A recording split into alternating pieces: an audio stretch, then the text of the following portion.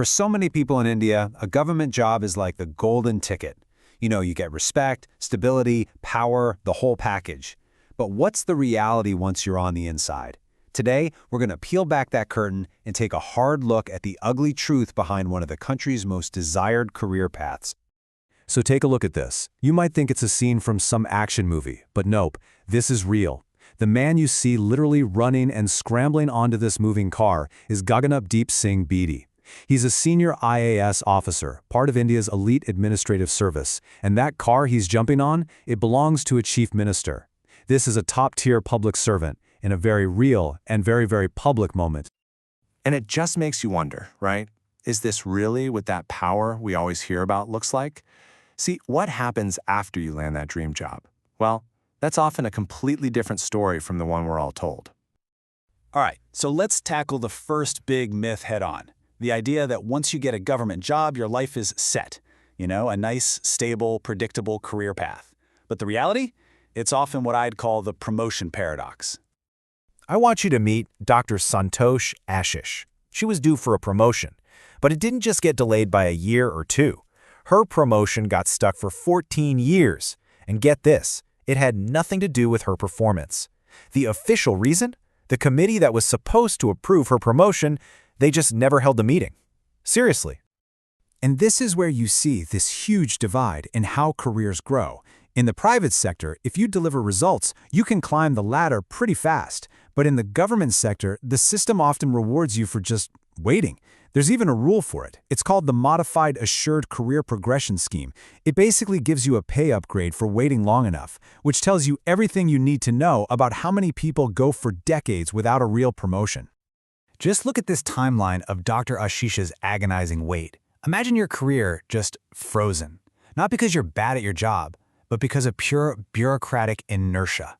Vacancies aren't cleared, meetings don't happen.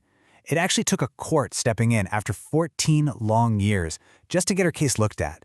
In this world, your career moves at the speed of the system, not at the speed of your own talent. Okay, so your career isn't exactly set. But what about your life? Your stability? Well, that brings us to myth number 2, the promise of a stable life. 16 months. Just let that sink in. On average, that's how long a top IAS officer stays in one place before they're completely uprooted and moved somewhere else. So forget about settling down. And these aren't planned moves. An order just shows up, sometimes giving you less than a week to pack up your entire life. That means your kids are constantly changing schools, your spouse might have to quit their job, your family is just in a state of permanent transit. And a lot of the time, these transfers have nothing to do with administrative needs. They're actually used as a tool, a form of punishment. And if you want to see a perfect example of this in action, you have to hear the story of IAS officer Ashok Khemka. So Ashok Khemka has been in public service for 33 years. I mean, by any standard, that is a long and dedicated career. And in those 33 years, he's been transferred 57 times. That's almost twice a year, every year. Why? Simple. Every time he uncovered some kind of corruption or canceled a shady deal involving powerful people, boom, he was immediately moved. See, this is the system's tactic. It's smart in a really twisted way. After he canceled one particularly controversial land deal, Khemka was posted to the state archives. It was basically a glorified storage room. They don't fire you, they just sideline you. They make your honesty completely useless, and that sends a very clear, very chilling message to every other officer. If you want a smooth career, you better stay quiet. And that brings us to maybe the biggest myth of all, the most idealistic one, that a government job is your golden opportunity to actually make a difference. But what happens when you really try? So just a few months ago, you might have seen this video go viral. A brand new IAS officer, Rinku Singha, saw a man being forced to do sit-ups for, urinating on government property. But then Singha realized there weren't any clean public toilets around, and he did something you almost never see. He did sit-ups himself, taking personal responsibility for the system's failure. The reward for his integrity? He was transferred within 36 hours. And believe me, this wasn't his first time clashing with the system. His whole career has been a fight.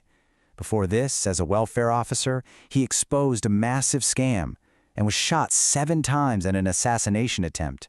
He survived that, and after failing the civil service exam 15 times, he finally became an IAS officer, only to be punished again for a simple act of humility. His journey just shows you what this system does to people who refuse to play along. So what's the result of all this? The career stagnation, the endless transfers, the punishment for just doing your job right? Well, it all comes at a devastating human cost. This is the real price of that so-called secure job. Between 2018 and 2022, in the Central Armed Police Forces, these are the paramilitary forces that handle internal security, 654 personnel died by suicide. Just let that number sink in. For 5 straight years, that's one person taking their own life every 3 days. In that same period, over 50,000 others just resigned and walked away. And when you look at the breakdown, you can see this crisis is everywhere. The Central Reserve Police Force, the CRPF, and the Border Security Force, the BSF, have seen the highest numbers. This isn't just a few isolated incidents. It's a clear sign of a systemic breakdown.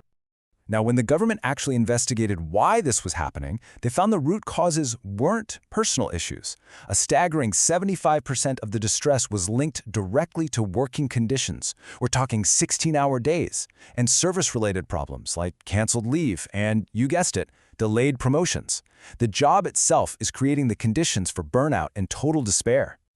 And it really all boils down to this one brutal choice. You can either compromise, stay quiet, and you'll probably survive, or, as this quote puts it so perfectly, if you choose to stay honest, the system makes sure you suffer for it. It turns out, in this environment, the most dangerous person isn't the one who's incompetent, it's the one who's honest. So that leaves us with one last big question. We all know a government job offers security, but you have to ask, at what price? Is it really security for life, or is it a life of compromise, where your career, your family, and your own values are put on the line every single day?